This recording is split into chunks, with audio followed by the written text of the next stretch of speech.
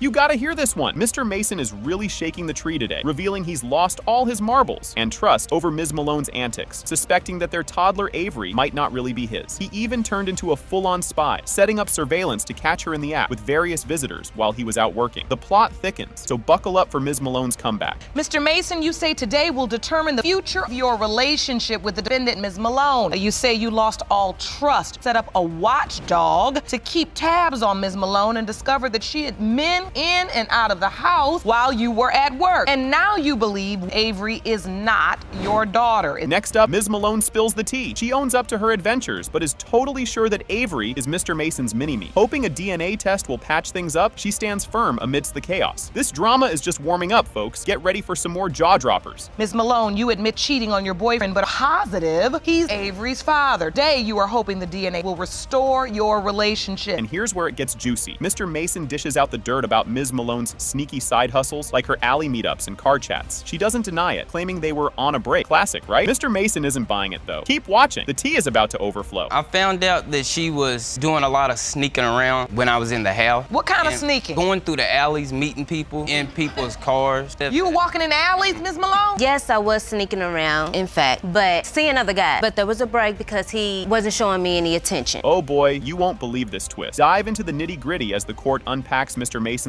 surveillance tactics with a pal playing watchdog, keeping eyes on Ms. Malone's every move. This sneaky business adds all sorts of spice to the story, making you wonder who's really playing whom. And guess what? It's about to get even stickier. I had a friend watching my front door who lived across from where we lived at every time I went to work. Blamed it on because me and her wasn't having any intimacy or anything like that. Do you remember that confrontation, Ms. Malone? And then what did you respond? I told him that it was my father that came to the door. Actually asked my father, and my father said I came over there that day. Hold on to your popcorn. Ms. Malone drops a bombshell that she clued in both Mr. Mason and the potential other daddy about the baby drama right after learning about her bun in the oven. This revelation stirs up a storm of awkward and angry vibes from Mr. Mason. Don't touch that dial. Paternity results are incoming. When you found out you were pregnant, did you tell the other guy it could possibly be his child as well? Yes, Your Honor, I did. When you told Mr. Mason you were pregnant, did you also say to him, and you know because I could possibly be the other guy's child as well? Yes, Your Honor. So she did tell you that, Mr. Mason? Yes, Your Honor. Why'd you hesitate? I had to find out about the other guy from waking up out of my sleep. Brace yourself for this doozy. It has been determined by this court. Mr. Mason, you are not her father.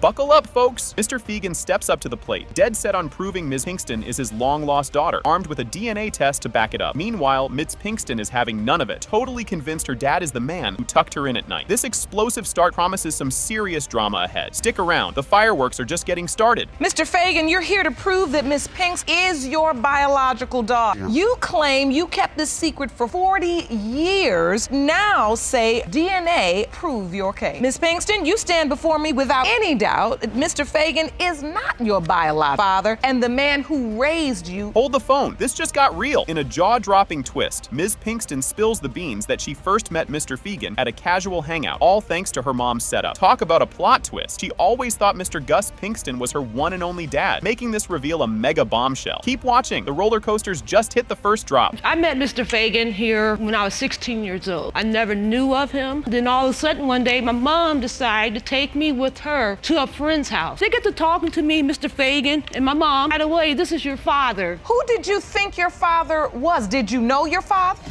This is my father, Mr. Gus Pinks. This is who I know my entire life. So he was married to your mom? My entire life. You won't believe this bit. Imagine being told the guy you might be dating is actually your cousin, thanks to a paternity puzzle you knew nothing about. Ms. Pinkston's world got flipped upside down when her mom dropped that Kenny could be her dad. What a cluster. And just when you think it can't get more twisted, there's more chaos to come. The only reason why this all came out, for the cat to get out the bag, is when I was 16, they told me that Kenny was my father. My mom thought I was dating one of his family members. But needless to say, it was not me, it's my sister that was dating his family member. And so they felt like they needed to tell you because you were dating your cousin. Yes, when they told me about it, that was like the worst day of my life. Guess who was secretly dropping by family BBQs as just a family friend? Yep, Mr. Fegan, keeping his supposed daddy status on the down low. Sneaking around like a character in a spy movie, this man's middle name might as well be secret. Don't go anywhere. The tea is about to spill. Mr. Fagan used to come to your house when your dad was alive? Yeah. I did. And what were you posing as? as? A family friend? Family friend, that's what it was. The secret was still on. And so you just come by the house, but you were really coming by to see Miss Pinkston? Hopefully that she was there so I could see her. But over the years, just having something in your heart like that, you could not tell. Grab your popcorn, this part's a doozy. Enter Ms. Melissa Pinkston, totally torn up about airing dirty laundry in public. She's all about keeping skeletons firmly in the closet, but alas, the secret's out and wreaking havoc. What's next? More family secrets or a sudden plot twist? Tune in to find out. You are the defendant's sister. Yes, ma'am. What you know about this huge paternity secret? I don't even want to talk about it. I mean, it's been this long. I love you, Tanya, but this is something I really didn't want part. My mom was a good one. My dad was awesome. If it was a secret, it should have. You can hold it for 43 years. Should have just left it alone. And now for the grand finale. Drum roll, please. Fagan. Yes. You are not her Oh, father. my God. Oh, Lord, no. Kicking things off, courtroom buzz starts with Judge Lake calling the case of Harris versus Sterling to order. Jerome, the trusty bailiff, gets a shout out and everyone's ready to roll. This sets the stage for a showdown about a little kiddo's daddy drama. Just setting the table here, folk. The main course is coming up. Miss Harris, you claim that your 15-year on and off relationship with Sterling has produced a baby that he is trying to get out of helping raise. You are here to prove paternity and him to step up. Mr. Sterling claps back. Mr. Sterling isn't buying what Ms. Harris is selling. He's tired of playing dad to a kid he thinks might not be his. He wants DNA proof to clear his name or he's out. Oh, and he really wants Ms. Harris out of his hair for good. Yikes. Grab your popcorn. This is just heating up. Mr. Sterling, you say the plaintiff told you her son Hasten was not yours and you are tired of taking care of another man's baby. You've come to get the DNA proof you need to remove her name from the birth certificate. Finally, get Ms. Harris out of your life. Ms. Harris isn't having any of it. Talking about solo parenting their soon-to-be one-year-old son, Kason, who shares a birthday with her. Talk about a party, right? She's juggling birthdays and baby tantrums all by her lonesome. Next up, things get even spicier, so keep your eyes peeled. Mr. Sterling needs to step up and take care of his baby that he knows is his. I'm not going to do this by myself. So I'm here because I want to prove paternity to him that this is his child. Our birthday is tomorrow, so he'll be one. I had him on my birthday last year. That's not my baby, and I'm going off of what Charity is telling me. Oh, what did she tell It you? is his baby, and he knows it's his baby. That tells me when we get to arguing, this is not your baby. Because he get on my nerves, and I don't want him to be in my life. The gloves are off as Ms. Harris accuses Mr. Sterling of cheating while she was pregnant. He's in the hot seat now, denying everything but the kitchen sink. This courtroom's turning into a soap opera, and we're here for it. And he was cheating the whole time I was pregnant. He That's was a cheating. negative. Because even if he was cheating, that's bad enough. Don't want that, and we do not condone that in this courtroom. Question concerning paternity would surround whether or not you were sleeping with somebody else at the time. Mr. Sterling whips out a calendar to try and debunk the pregnancy timeline, doing some serious date math in front of the judge. Will his timeline tango confuse the court or clear his name? The judge's eyebrows are already doing a dance, and you won't want to miss what drops next. And you submitted calendar to the court. I'd like to go through that calendar so I can better understand. First date on this calendar says the doctor's appointment was on March 21st, and the doctor says that Ms. Harris to 8 weeks pregnant. You had sex on Valentine's Day. If we count back 6 to 8 weeks, 1 week, 2 weeks, 3 weeks, 4 weeks, 5 weeks, 6 weeks. Just when you think it can't get more tangled, Mr. Sterling drops a bomb about another potential daddy in the mix. Ms. Harris isn't having any of it, throwing shade and denials faster than confetti at a surprise party. Things are about to get even messier, so stick around. When she was 8 months pregnant, she told me that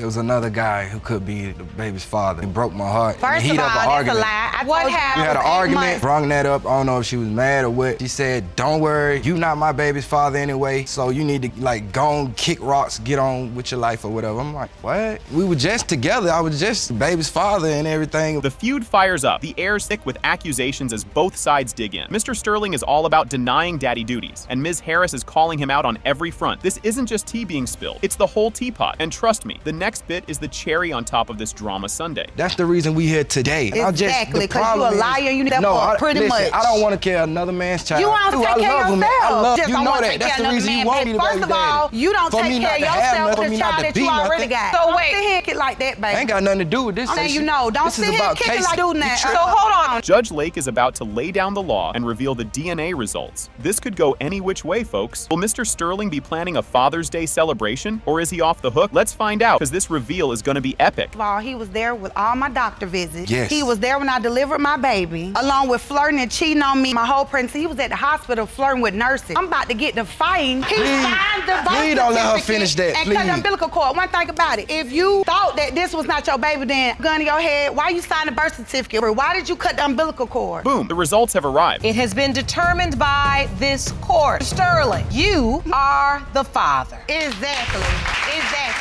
Guess what's cooking? Miss Serfozo calls her daughter Sinite her miracle baby because, surprise, she was told she'd never have kids. She's pointing the finger at Mr. Miller as one of the potential daddy candidates. This is just the appetizer in what's shaping up to be a messy paternity stew. Miss Serfoso, you call your daughter Sinity your miracle baby because you were told never have kids. And when she was born, she had 3 possible fathers, including Mr. Miller. Here's where the plot thickens. Mr. Miller, with his fiancée Miss Dreyer by his side, totally denies being the baby daddy, claiming they've got the receipts to prove it. Oh, the drama. This is just the first layer of the onion, folks, and we're peeling it back big time. Next up, grab your popcorn. Mr. Miller, your fiancée Miss Dreyer say Mr. So is lying about paternity and you have physical proof. Yes, ma'am. You're not gonna believe this. Miss Serfozo spills the tea on how she ended up with not 1, not 2, but 3 potential fathers for her kiddo. Girl admits to partying hard back in the day. But wait, there's more to this soap opera, so stay tuned. Ma'am, at that time, I do have a past just like everybody else. At that time, I was just partying all the time. When I found out I was pregnant, I was involved with somebody else. You were dating one man and you assumed he was the father of your child. But the truth is you were also intimate, obviously, if you believe there are 3 possible fathers with other men, one of which was Mr. Miller. Yes, ma'am. Oh, the suspense. Mr. Miller throws a curveball by claiming he doesn't even remember the night in question. Yikes. Talk about a convenient amnesia. What's next? You won't believe it unless you see it. And Mr. Miller, you agree that happened? No, ma'am, I have no. How do you remember this going? Vaguely remember meeting her at my family member's house at a party. I was partying a lot. They said I took her upstairs and I don't remember. They said? Yeah. You really don't remember the sexual relationship? No, I don't. Holy plot twist. Miss Serfozo claims it wasn't just a one-night stand, but a multi-month fling. Mr. Miller, on the other hand, is like, nope, don't recall that. This he said, she said is turning the courtroom into a real-life sitcom. Stick around. It's about to get even juicier. We went and picked Mr. Miller up. I sat on his lap until we got to the family member's house. It was not a party. He came over casually. He actually asked me if he could come over. Particular encounter between you two was a date. Not as a date, friends of benefits. A one-time benefit, or did they No, ma'am, it happened extend? multiple times throughout months. Can you handle the truth? Here's where things get really sticky. Miss Serfozo is adamant about an extended fling, but Mr. Miller remembers a mere blip on the radar. The plot's so thick now, you could cut it with a knife. Just wait till you hear what's next. It did not happen throughout months. Surely you might have forgot or not be able to remember one time, but month? Yeah, there's no possible way there was months. So you're saying you were with her one, maybe, and she's saying you were together for months. Luckily for this courtroom, we only need the one, and since you can't remember, we'll just go with Miss Serfozo's testimony right now, and the DNA evidence will be the jury. No way. Jose, just when you think you've seen it all, Mr. Miller whips out a ticket to prove he was out of town. This plot twist could turn everything upside down. The courtroom's about to turn into a circus, and you don't want to miss this act. August, when the time was supposed to happen, I was in South Carolina, and I have a ticket right here to prove that I got in August.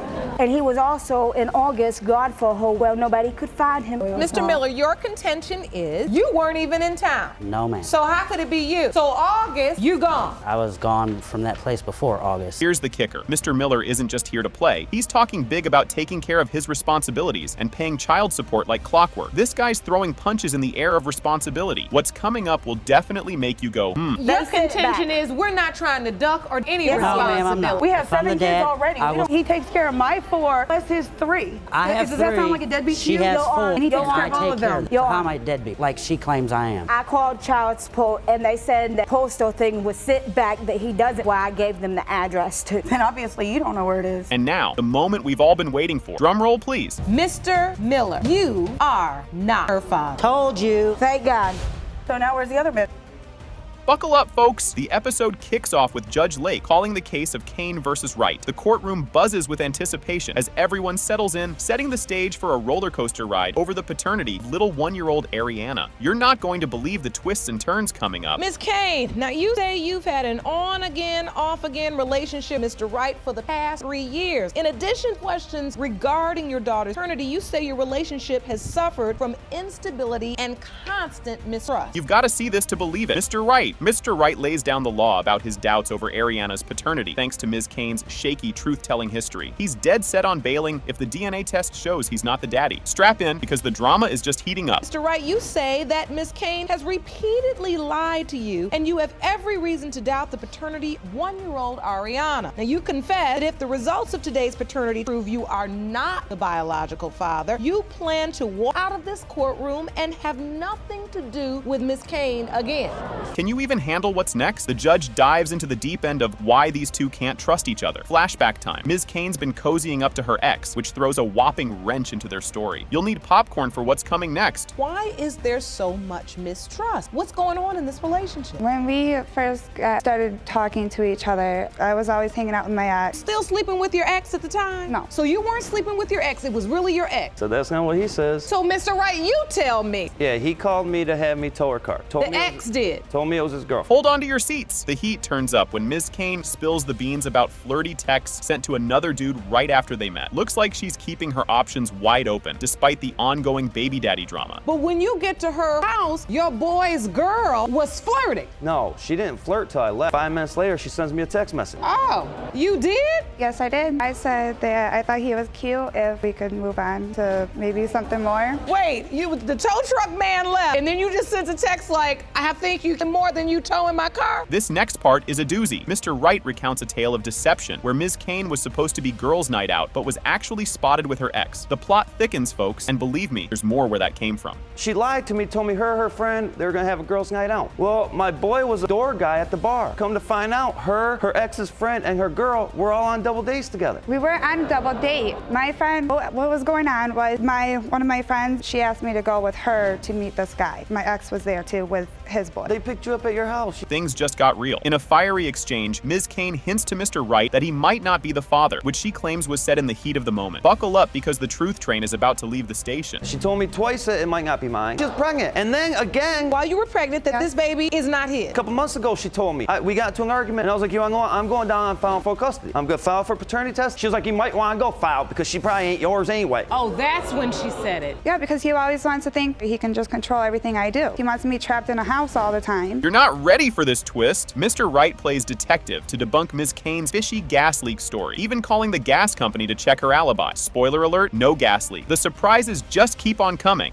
You get pregnant. You tell him? Yes. And when she tells you, are you happy? Do you believe it's yours? I was or you happy, but I still had that. She went over to her baby daddy's house. She has 2 other kids. Went over to his house. Was over there for 3 hours. She knew was that like an dinner hour was and a almost half. done. Ignore my phone calls, my text messages, or she finally calls me. I'm on my way now. Where were you? Well, I got blocked in the driveway because there was a gas leak. So what do? I call the gas company. Are you still with me? The judge can't wrap her head around why these two stick together through all the chaos and accusations. It's like watching a soap opera, but with legal documents. And guess what? It gets even juicier. Why are you two even together? Because I do He love don't her. answer my calls. She don't answer my. She not taking the phone into the bathroom. I mean, constant complaint. Neither one of you trust the other one as far as you can throw them. You really don't. So Ariana is now here in this mess. You the mother. He doesn't know if he's the father. This is the big moment, people. Drum roll, please. It has been determined, Mr. Wright, you are Ariana's father.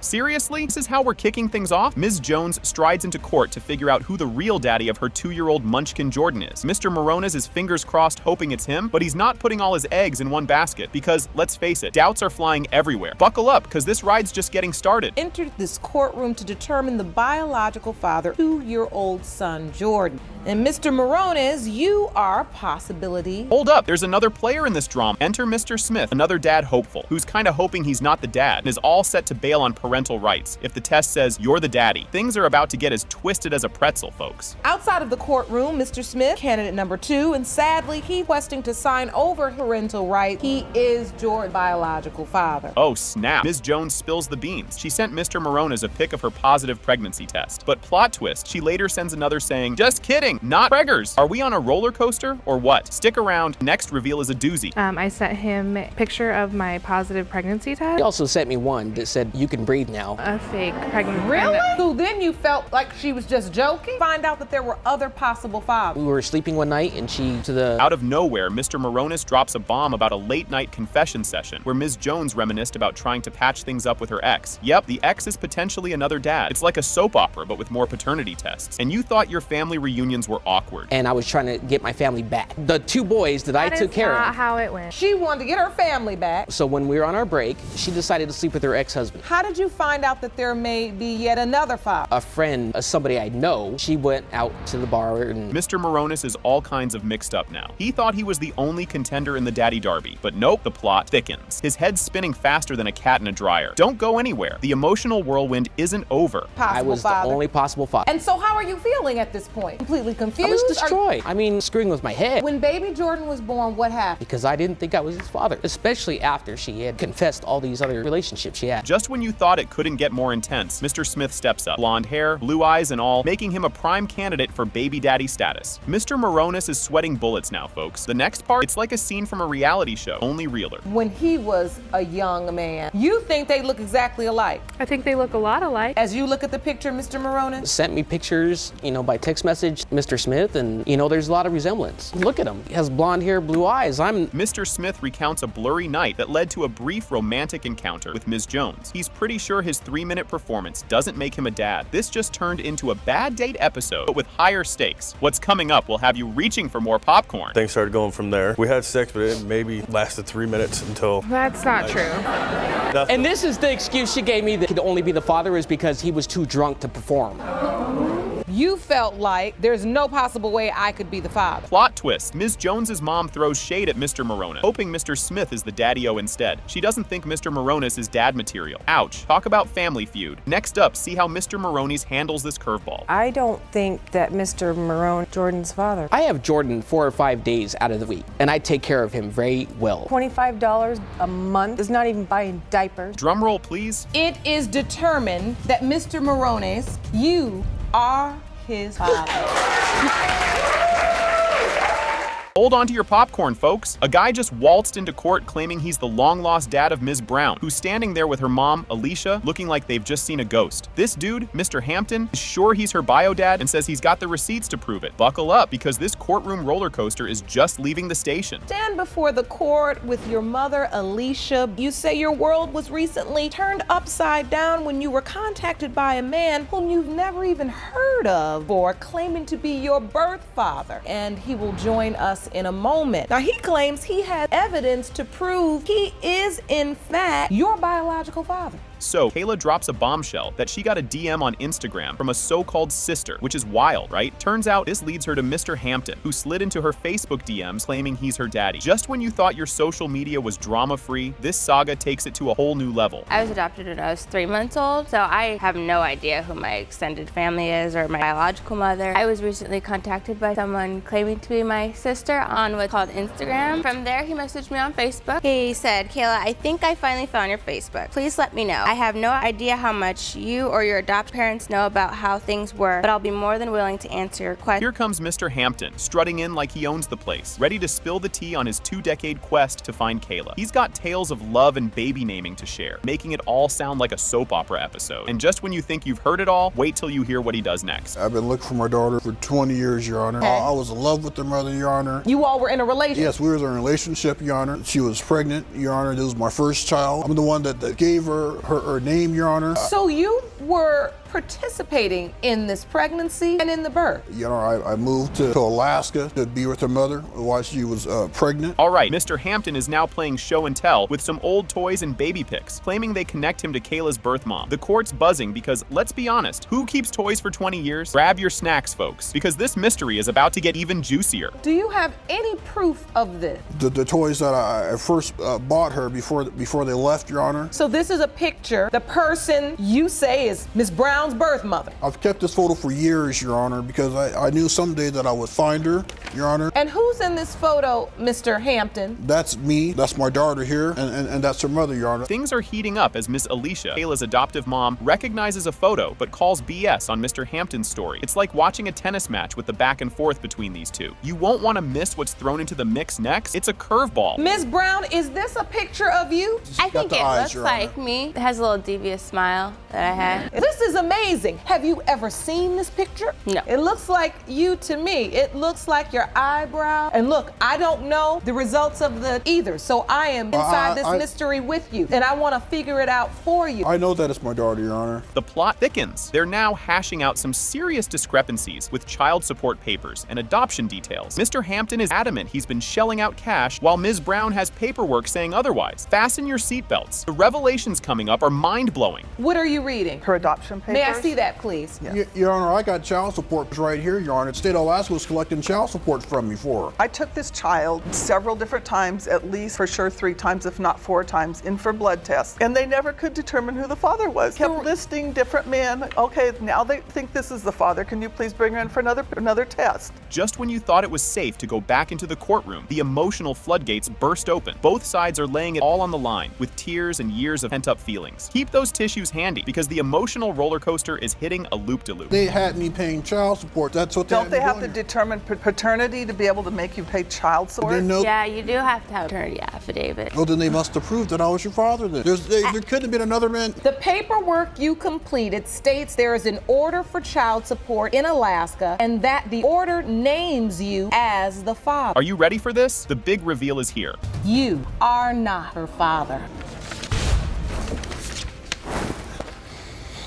All right, strap in for this doozy. Mr. Johnson throws down the gauntlet, accusing Ms. Carr of yanking his chain about being daddy-o to her daughter for nearly 2 decades. He's all kinds of stirred up about the roller coaster of daddy drama. Ms. Carr claps back, claiming Mr. Johnson has been playing hide-and-seek with both a DNA test and his daddy duties. Mr. Johnson, you say the defendant, Mrs. Carr, has been playing an emotional DNA game with you over her daughter's paternity for the past 18 years. You've brought her to court to finally end the game and prove you are not her daughter's biological father. Hold on to your popcorn, because this plot twist is a real kicker. The courtroom dives into the nitty-gritty of Mr. Johnson and Ms. Carr's hit-and-run kind of fling. Mr. Johnson lays it out that they were barely a thing, just a one-night bender, which Ms. Carr totally disputes, saying there was more than one roll in the hay. The plot thickens as they untangle their brief and chaotic connection. Brace yourself, because the next bit is a real eyebrow raiser. Take me back to the nature of this relationship. My uncle married her auntie. They adopted her. I used to go over their house and help him out, like cutting grass and things of that nature, and I would stay the night. They would allow us to sleep in the same room. We had sex one time. It was a lot of touchy-feely before, and the one time we had sex, it was wham bam, thank you ma'am. It's not true. You can't make this stuff up. The chit-chat swings to the aftermath of baby making, where Mr. Johnson was originally dubbed Daddy, only to get the psych, not your kid bomb dropped on him thanks to another guy's paternity test. This bombshell left Mr. Johnson out in the cold for years, marinating in confusion and a whole lot of what the heck. The saga continues, and oh boy, it's about to level up. And then, once you had the baby, what did you do? Call him back and try I to did not call him. I did not pursue him. I had a boyfriend at the time. The father The of whole the child came to my house, told me they got a DNA test with somebody else, so I moved on with my life. What else am I supposed to do after the head of your household comes to me and tell me that's not true. that... Cue the surprise encounter. Years later, Mr. Johnson has a run-in at the grocery store with a little girl who calls him daddy out of the blue. Talk about a plot twist. This unexpected daddy call pushes Mr. Johnson to demand a DNA test to clear up this family mystery once and for all. The drama intensifies, and you won't believe the curveball coming next. Seeing the daughter in a grocery store, she run up to me like, daddy, you know what I'm saying? And I'm like, hey, I want to say I'm not your daddy, but I can't tell this little girl this, you know what I'm saying? I recognize the family members, so I just assumed this was Miss May. But I'm confused as to why she's calling me daddy, asking for a DNA test. Like, no, you can't just say that she's my daughter without me getting a DNA test. Grab your tissues, because this part's a tearjerker with a twist of humor. Little Amber May, caught in the paternity pickle, shares her scant memories of Mr. Johnson, sprinkling in how she feels about being the odd one out in the daddy debacle. It's a poignant mix of sweet and sad as she unpacks her feelings of abandonment. Fasten your seatbelts, because the emotional roller coaster is about to go off the rails. Memories with Mr. Johnson. My 10th birthday, he threw me a party at the water park. I remember that. For summer after 5th grade, I remember that day because he made it in the house while all my cousins playing outside. There was a lot of boys out there. She was the only girl. I was not. Last time I saw Mr. Johnson was the 5th grade summer. It was probably around 2010. And here's the grand finale. It has been determined by this court. Mr. Johnson, you are her father. Buckle up, Buttercup. Mr. Vadaboncoeur kicks off the drama fest by trying to prove he's not the dad of Ms. Fernari's 1-year-old son, Dawson. He's pretty much saying he wants to ghost her forever once the DNA test says he's off the hook. Let's see how this baby daddy drama unfolds. Mr. Vadaboncoeur, you have petitioned the court to prove to Ms. Fernari that you are not the biological father of her 1-year-old son, Dawson. You claim you can prove you're not father, and when today's results win your case, you want her out of your life for good. All right, spill the beans. Mr. Vadaboncoeur breaks down his relationship with Ms. Fernari, if you can even call it that. We're talking a couple of Facebook flirts, and bam, baby talk. He's adamant it was just a brief fling, while she's in the back ready to narrate a full-blown soap opera saga. Tell me about your relationship with Ms. Fernari. Well, Your Honor, there was really never no relationship. I met her over Facebook through my sister, and after that, I had unprotected sex with her. I ended up going away probably 3 to 4 days later. Now, 6 months down the road, get a letter from my sister stating that Fernari's pregnant. Hold the phone, folks. Ms. Fernari drops a truth bomb. Turns out she wasn't exactly waiting by the window while Mr. V was away. She admits to a side hustle with another dude, stirring up a whole can of who's the daddy worms. If you thought this was messy, just wait for the family to weigh in. That I had sex with another guy while he was away. Mr. Vadaboncoeur, what were you told? I've had a couple people tell me, hey, you know Miss Fernari's out here cheating on you. And I find out she's sleeping on a couch with another guy naked, taking a shower with another guy. This whole time I'm away. The times don't add up to when I came back for it to be my kid. Enter stage left, Ms. Janine Vadaboncoeur, the sister with the scoop. She's supposed to back her bro, but plot twist. She's testifying for Team Fernari. She dishes all the gossip about Ms. Fernari's escapades. Drama alert! What she says next could turn the whole case upside down. You are a relation to Mr. Vadaboncoeur? Yes, that's my brother. Tell me what you know. One night after we had all been drinking, she slept with one of the people that came to our little get-together. That's the only time I caught her cheating. I mean, I had visions, but... Why? Because of her talking on the phone, or...? Just different behaviors and stuff, and I told my brother that... Grab your popcorn. This family feud is better than reality TV. We've got shouting, crying, and enough dirty laundry to keep a soap opera running. Each testimony is like a mini drama series, and nobody seems to agree on who did what or who saw whom. Make sure you're tuned in for the next revelation. It's a real jaw-dropper. Were you sleeping with multiple men during the window of conception? No, I wasn't, Your Honor. It's mutual. He cheated. They were cheating. It was back and forth. I know many times of him cheating on her. I know one time really of her. I don't know anything else. It was mutual. It was a very tumultuous relationship between both of them. It was like fire and ice with them. It's crunch time and everyone's on edge. Mr. Vadaboncoeur and Miss Fernari throw their last cards on the table, hoping to sway the DNA gods in their favor. The air's thick with anticipation and last-minute bombshells. Strap in, because the verdict is about to blow everyone's minds. Is indeed determined that Mr. Vadaboncoeur is Dawson's biological father. Where do you go from here? I want him to be in Dawson's life. You want him to be a father? Yes, I want him to be a father. And you will allow him. If he's not biological child, then what? I'll go my separate way. There's been so many times I have tried to do so many things. I think she has some kind of doubt in her mind, not mine. We all know. Well, the only way to move forward is to get the result. Wait for it, and boom! It has been determined by this court. Mr. Vadaboncoeur, you are the father. That's your son, David. Fine. You can stop it. You could be his dad. Hold on to your popcorn, folks. Ms. Norris is throwing down, claiming Mr. Johnny D. Norris Sr. has been dodging the dad label for 22 years. She's betting all her chips that the DNA results will slap a father tag on him. Ms. Norris, you claim Johnny B. Norris Sr. been denying he fathered your son for the past 22 years. You say today's paternity results will prove him wrong. Mr. Norris, you state that you've always known that Johnny Jr. is not your son, and today you believe the DNA finally proved it. Here's a twist you didn't see coming. After popping out their son, Ms. Norris says they got hitched right in her dad's front yard. Talk about low-budget romance. But hold up, there's more to this soap opera just around the corner. After having my son, we were married by my father, front yard. We had a yard wedding. Shotgun wedding, y'all. When she came pregnant, I thought it'd be the right thing to do as far as marrying her. I was kind of forced into it due to the circumstance. But I loved her at the time, y'all. I don't deny that. Forced. And as he said, we're in love. I know that I head over heels. Can you believe the nerve? As the judge digs deeper, Mr. Norris drops a bomb. His mother-in-law was throwing shade about him being the dad from the get-go, which totally messed with his head. Why does he deny your son? That I don't know, Your Honor. His grandmother said that I wasn't his father. I don't believe that.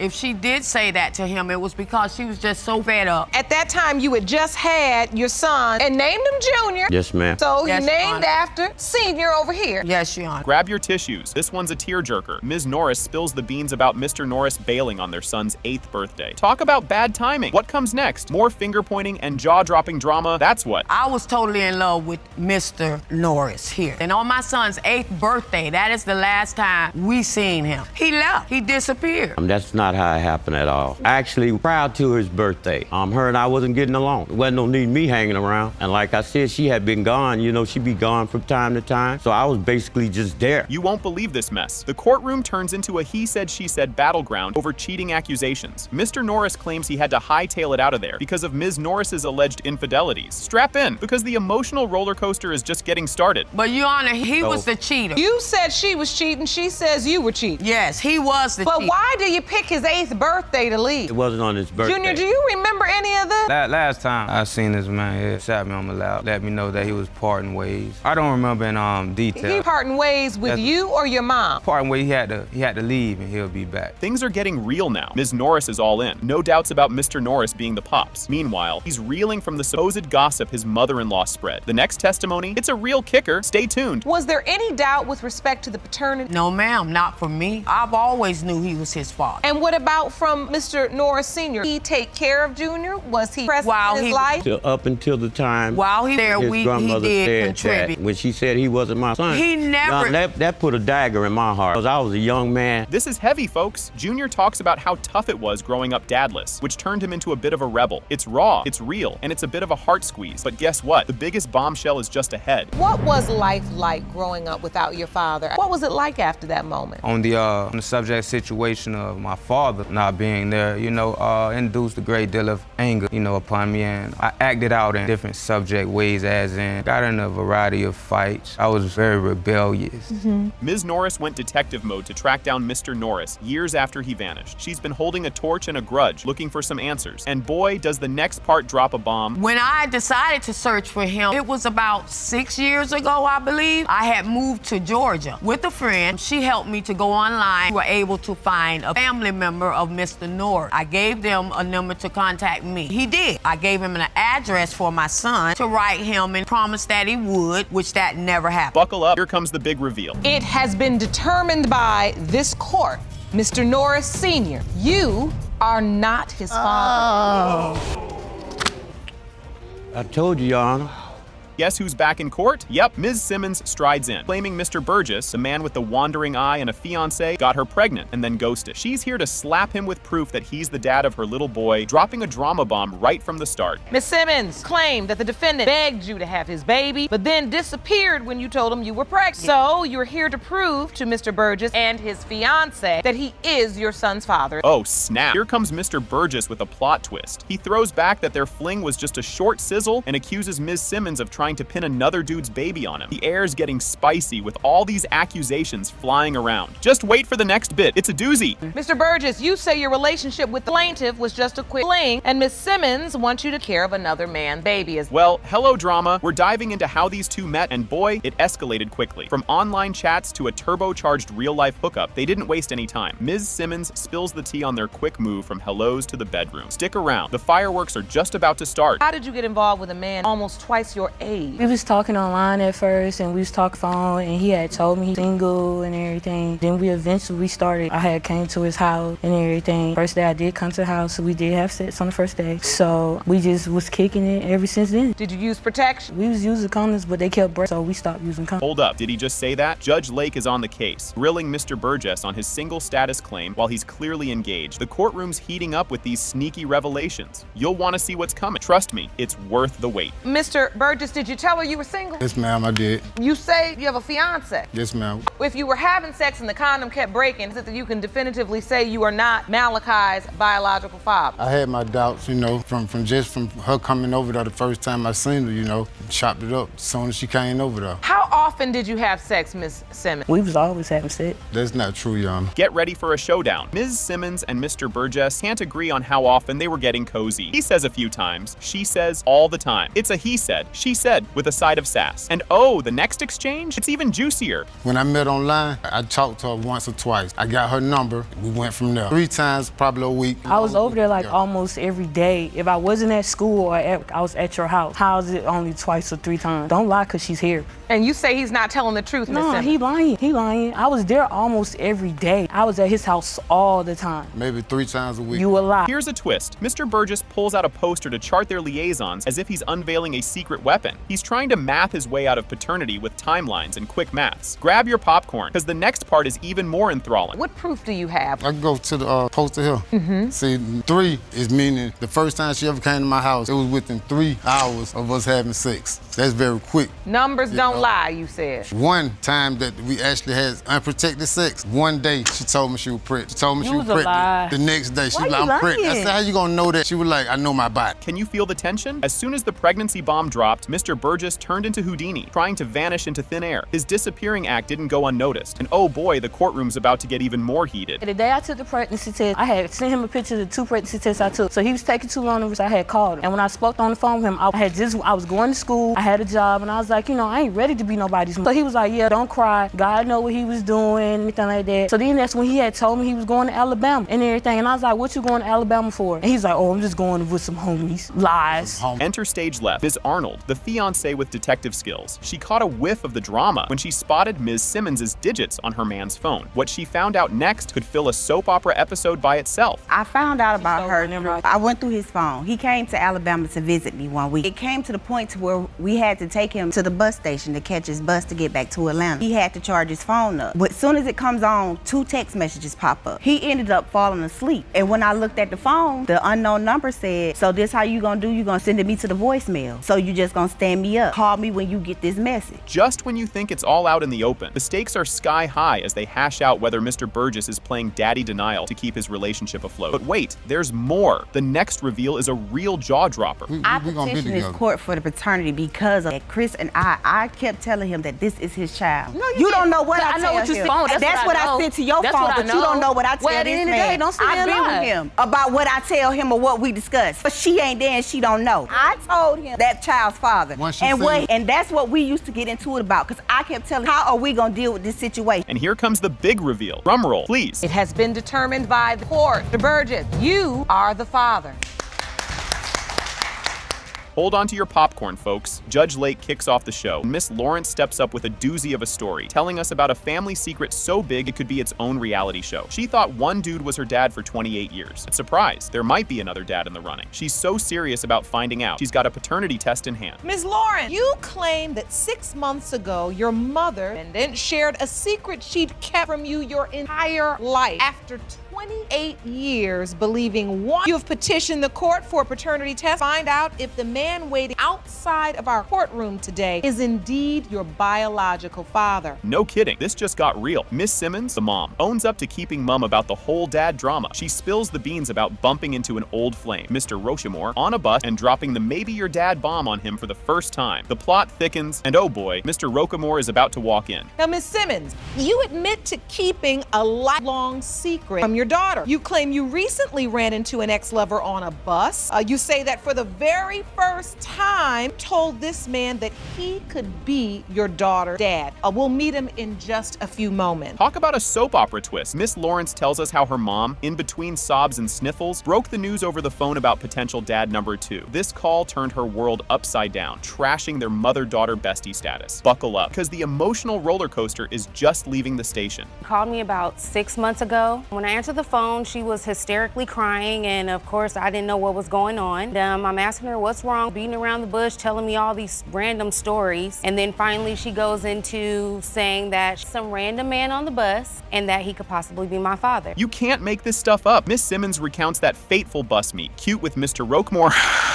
Recognizing him from a mile away, she confirms it's him. They swap numbers and start reminiscing about the good old days. And then, bam, she hits him with the possible daddy news. I ran into Rudy on the bus one day on the way from school. And I'm like, I know him, from my past. I've never forgotten him. I say, excuse me, what is your name? Is your name Rudolph? He says, yes. I say, Rudolph Rochemore. He says, yes, it is. He asks me, who are you? And I look at him like this. I'm like, for real? Really? And I'm like, I'm Yvette. This is where it gets juicy. In the courtroom, Miss Simmons dives deeper into her bus convo with Mr. Rochemore, revealing she hinted at him possibly being the daddy. This is major, folks, setting us up for the big reveal. And trust me, you won't want to miss what's coming next. It's a doozy. In the conversation with Rudolph, I told him it's a possibility that I may have your child. What was his response? I said, say, what would make you think that it's my daughter? I say, because there's really no resemblance, the man that she calls her father. I just want to know why you didn't tell me before. Like, I had no idea. Grab your tissues and maybe some popcorn. Miss Lawrence vents big time about feeling betrayed after learning the truth from her mom. The bond she thought was unbreakable with her mom now has more cracks than a sidewalk. What's next? Oh, you'll want to stick around for the bomb they're about to drop. It hurts a lot. I never really knew that she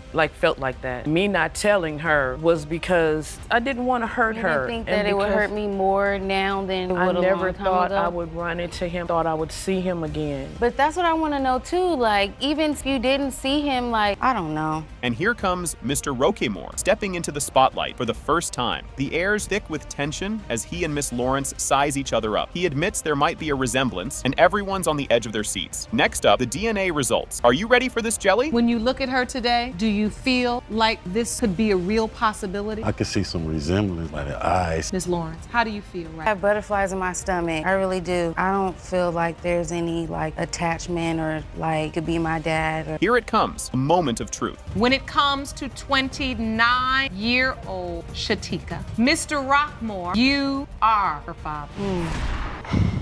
You won't believe this guy. Mr. Flowers opens the case by insisting he is not the biological father of 2-month-old Callie, despite having signed her birth certificate thinking he was. He's here to prove it with a DNA test. Mr. Flowers, you have brought your ex-girlfriend to court today to prove that you are not biological father of her 2-month-old daughter, Callie. You claim you were into naming the baby and signing her certificate, and now the DNA test prove your case. Here's where it gets spicy. Ms. Diaz hits back, saying Mr. Flowers' doubts are all about his jealousy and insecurity. She's totally sure that Mr. Flowers is the daddy, even though, yeah, she did have a fling. Ms. Diaz, you claim that it was Flowers' jealousy and insecurity that drove you to have sex with another man, but you confident Mr. Flowers is your daughter's biological father. Now, waiting in the hallway is Mr. Bowman, the man cheated with, who Mr. Flowers believes Callie's dad. Grab your popcorn for this one. Mr. Flowers shares a touching moment talking about his bond with Callie, thinking she knows he's her dad from her big baby smiles. Every time I walk in the room, she smiles. Like,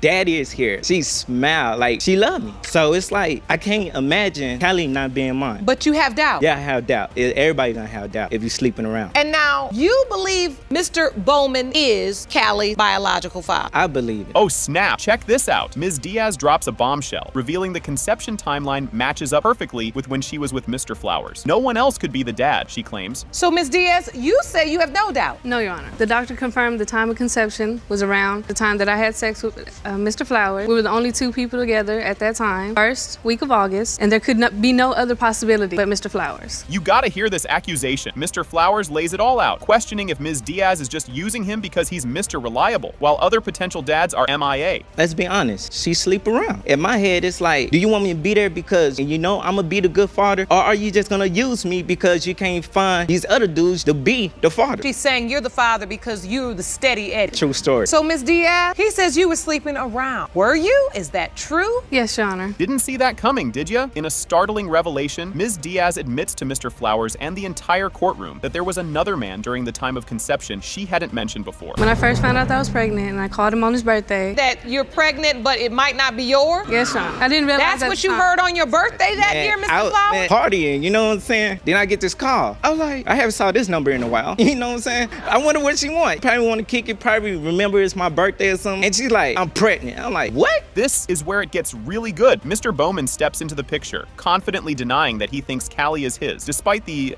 intimate timing. Stay tuned. You won't want to miss what's next. Ms. Diaz has admitted in court that she was intimate with you and with Mr. Flowers about a week apart. Are you aware that you are one of the potential fathers? Yes, ma'am, I'm aware. Do you believe Callie is your child? No, ma'am, I do not. You did have sex with her, right? We did have sex. Without protection? Without protection. You understand that's how babies are made. Brace yourself for this doozy. Mr. Bowman, you are not father.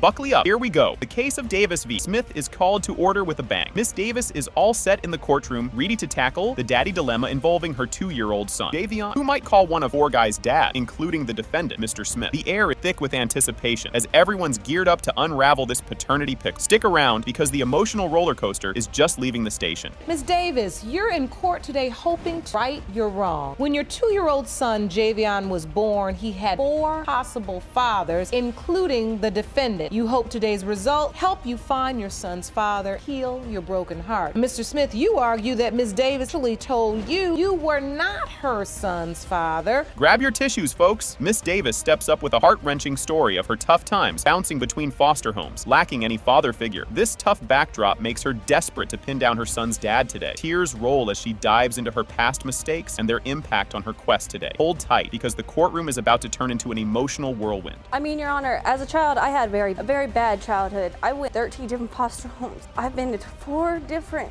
group homes, and I didn't grow up knowing who my father was until I was 18 years old. And my son's only 2. I mean, it's not his fault that I decided to make, well, practically a hoe of myself when I was of that age. Just when you thought it was safe, Mr. Smith drops a bombshell of doubt about being Javion's pops, blaming it on their short-lived fling. He's really not into playing daddy without proof, given their fleeting fun times. This guy's raising eyebrows and defenses faster than you can say Maury. Wait till you see what's up next. It's a real plot twister. And so why are you doubtful that you potentially could be Javion's father? Because she said I wasn't, Your Honor. She told you you weren't. Yes. I asked if I could be the father, and she told me no, Your Honor. I need you to walk me through that. There are 4 potential fathers. Each of the individual men I actually met on a chat line within days upon each other. Things get spicy now. The court squints at a calendar Miss Davis brought, which plots her escapades with the potential papas over the fateful conception period. It's like a treasure map, but instead of gold, it's paternity at stake. This crucial piece of paper might just hold the key to this mystery. Brace yourself. The next revelation is a doozy. So this calendar shows you were intimate potential father number 1 on the 12th of November.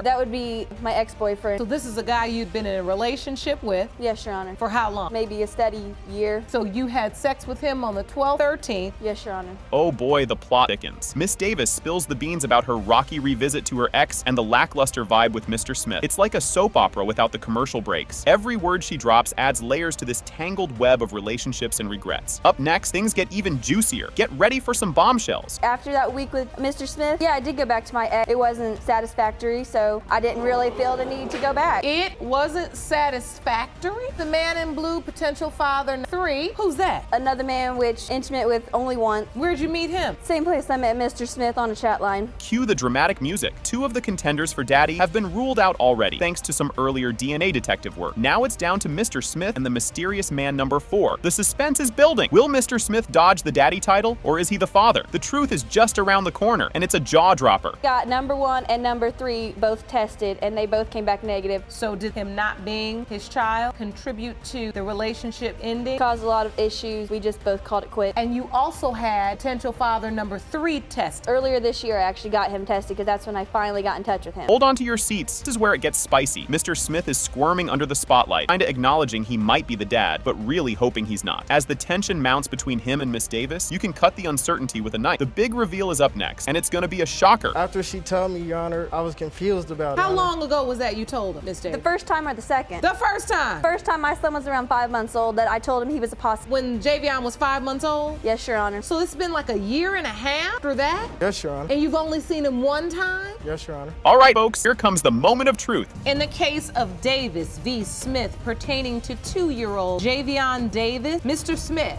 you are not Javion's father.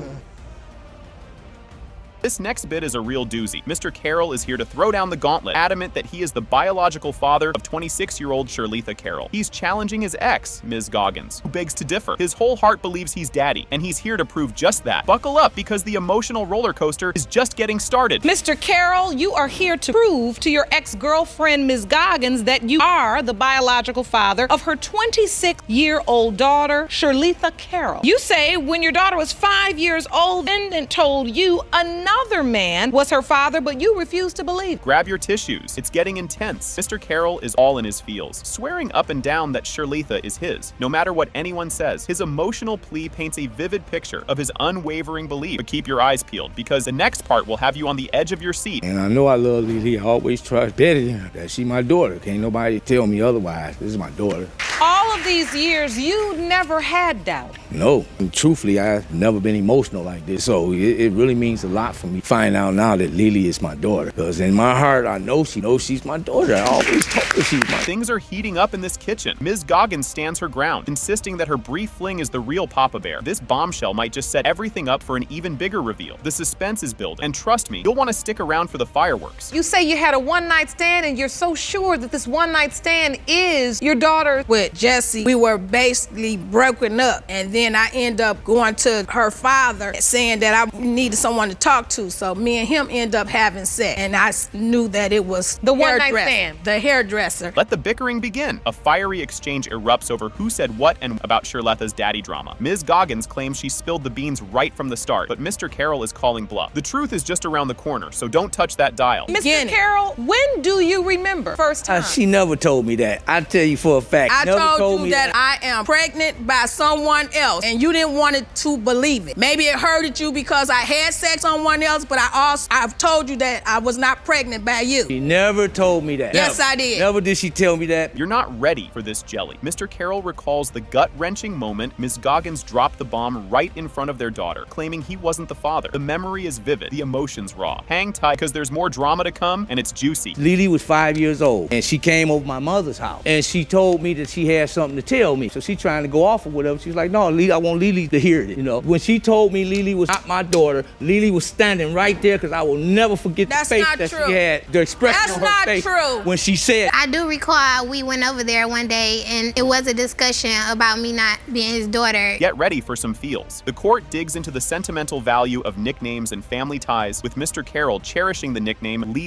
he gave Shirletha. It's a heartfelt testament to his emotional bond, regardless of the biological question mark. And guess what? The emotional twists are not done yet. Lily was my daughter. That's my nickname. That Shirletha is my family. That's her name from my family. But it didn't come from you. It's my people in my family, though. It don't matter whose family it came from, Shirletha. After she was born, in the early parts of her life, you were there as her father. I was there. You was just there too, because you did not buy, so you just was there. Here comes the big reveal. Mr. Carroll, you are her father. Here comes the spice. Ms. Allen rolls up, dropping a bombshell that after a quick fling with Mr. Childs, she ended up pregnant. Mr. Childs was cool with it initially, claiming daddy duties until his wife gave him the side eye and he flipped the script. Ms. Allen is here, all fired up, show that Mr. Childs is indeed her daughter's dad. Strap in, because the roller coaster is just leaving the station. Miss Allen, you say that after a brief affair with Mr. Childs, you discovered you were pregnant with your daughter, Ms. Baylor. You say Mr. Childs acknowledged paternity until his wife convinced him otherwise. You intend to prove that Mr. Childs is, in fact, your daughter's father. Next up, Mr. Childs takes the mic, admitting to the fling but calling out Ms. Allen for playing the field around baby-making time. He, backed up by his wife, denies being the dad, kicking off a fiery debate about who's who in the daddy zoo. Buckle up, the next part's a doozy. Mr. Childs, you admit the affair with Ms. Allen, but say she was involved with several other people around the time of conception. You and your wife contend that you are not Baylor's father. Hold on to your popcorn, folks. The heat turns up as Ms. Allen and Mr. Childs duke it out over why it took 2 decades to get a DNA test rolling. Ms. Allen sidesteps like a pro, hinting she wanted to dodge the drama, while Mr. Childs is all about clearing the air with a test. The saga continues, and you'll want to see what's next. She should blame herself, Your Honor. What? Why did it take you 20 years to figure out that you should get a DNA test? Because I didn't need to go through the drama. Beginning, how did you all even get together? She was friends with cousins of mine. We got together like that. We ended up messing around or whatever. You won't believe this twist. Dive into the backstory of their casual hookup turned baby drama. They connected over mutual friends and some post-game drinks, and boom, things got a little too cozy. Ms. Allen pins the conception on one blurry night. Stay tuned. The plot thickens from here. So you all get together, you have mutual friends, you start having sex. Well, obviously unprotected. It started like this. We had a friend that got killed. Me and him, I would call and check on him and things like that. Then one day, I just came through after football, and he wanted to ride with me. We went on and had drinks or whatever. That's when we had sex. Just when you think you've seen it all, Ms. Allen throws shade, claiming Mr. Childs knew about the pregnancy from gossip. Mr. Childs is ready with a clapback, pushing for a DNA test to sort out the mess. It's a tangled web they weave, and you won't believe what comes out of the woodwork next. And once you got pregnant, did you tell Mr. Childs pregnant and I think it could be yours? Actually, it was rumors, so he came to me. You spread the rumor. People are coming. If I had family and I'm pregnant or whatever, but why aren't you telling the truth? You didn't know father was. Well, you knew that from day one. Cue the awkward silence. Ms. Allen is in the hot seat, trying to justify why she's pointing fingers at Mr. Childs now, when there were other contenders for the title of dad. Her explanation is as clear as mud, adding more fuel to this dumpster fire of a paternity question. The courtroom's about to turn into a circus. Watch for flying accusations. I was messing with him first. How do you know? From them. What you mean? How do I know that? I had to go through the drama with Miss Johnson, up and down the road, following me. How can she remember me chasing her up and down the street, but she can't remember father her child? Why am I living in her head rent-free, but she can't remember who fathered her child? He's always been there, song and dance she doing. I'm telling the truth. Tears and truth's time. Ms. Baylor steps up, sharing her heart-tugging story of piecing together her family puzzle through Facebook and whispers from relatives. She thought one man was her dad until the plot twisted at age 14. The truth is stranger than fiction, folks. Get ready. The emotional climax is just around the corner. I was about 14 when I first found out my sister's dad wasn't my dad. Just hearing rumors, just going over my grandmother's house in Bowling Green would come to me like, you're my cousin, TJ's your dad. I'm like, I don't know who TJ is. I went about it myself. I found him on Facebook, hit him up. I don't know what's going on, but I do actually want to know. Did I ever once deny you? Nah, you never did. Never once. And now, the moment of truth. It has been determined by this court. Child, you are not the father.